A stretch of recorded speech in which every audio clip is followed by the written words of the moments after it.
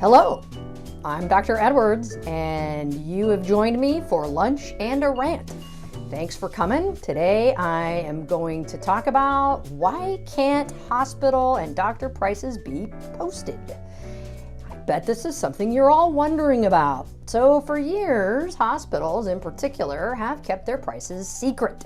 They actually have a big book of prices, and this is what they actually charge insurance companies. However, insurance companies have contracts with the hospitals that say they're only going to pay this much, which is typically much less than the price that the hospitals have in their big book of prices. Who do they charge those prices to, which are significantly higher than what the insurance companies pay? Well, I'm going to tell you, people without insurance. Those are the ones that get these huge bills for $10,000 for staying in the hospital for 6 hours. Or getting suturing done in the emergency department. The hospital itself will send them a bill for $2,000. And that's before you even get to the doctor's bill, which can also be quite large. One thing you need to understand when talking about insurance and talking about who pays for what and why is that there are multiple different billing entities in any visit to, let's say, the emergency department. So the hospital will bill you, the emergency department physician will bill you, the radiologist, if you get studies, will bill you, the lab might be part of the hospital's bill or might be a separate bill, but you're actually going to get multiple bills if you go to surgery because let's say you have appendicitis or you need to have your gallbladder out. Well, now you've got an anesthesiologist also billing you as well as a surgeon billing you. That's a lot of bills. That's a lot of people that don't specify what their prices are before they send you those bills. And the question is, why is this? Well, I'll tell you, the reason it is because they can get away with it.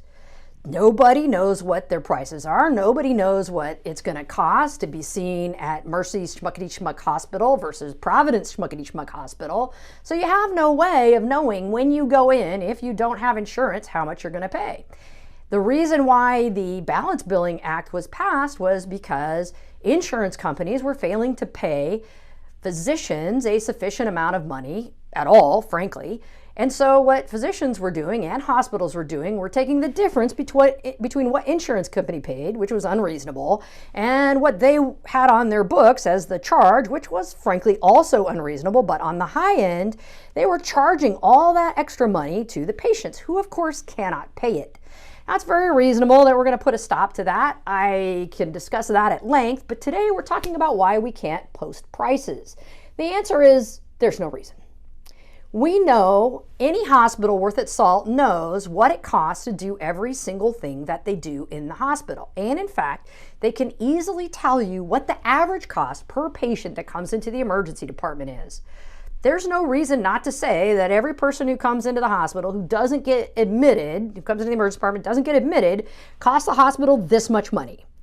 Then you take all those people together and you average all those costs and you say for every single patient, on average, it costs us $400. So we're going to charge $450 or $500 to make a reasonable profit on that so that we have enough to run our systems. Similarly, for doctors, there's no reason for us to say, okay, every patient who comes into the emergency department who doesn't get admitted to the hospital costs us roughly $250 to take care of. This is before we actually send a bill to the insurance company. So instead of having all of these complicated systems with every insurance company and every cash pay patient paying something completely different, it would be very reasonable for every physician group and every hospital to say, every visit, if you don't get admitted, is $250. And every visit, if you get admitted, is $1,000. And every visit, if you get admitted to the ICU, is $2,000. There's absolutely no reason not to do it that way. Why don't we do it? Because that would be much too simple and would not require near the level of administration, obfuscation, and complexity to make it very difficult for people to decide where they should get their health care. Honestly, do we want to pick our health care based purely on price? Absolutely not. Quality is a completely different rant, which I will be happy to undertake on another day, and you can look forward to that.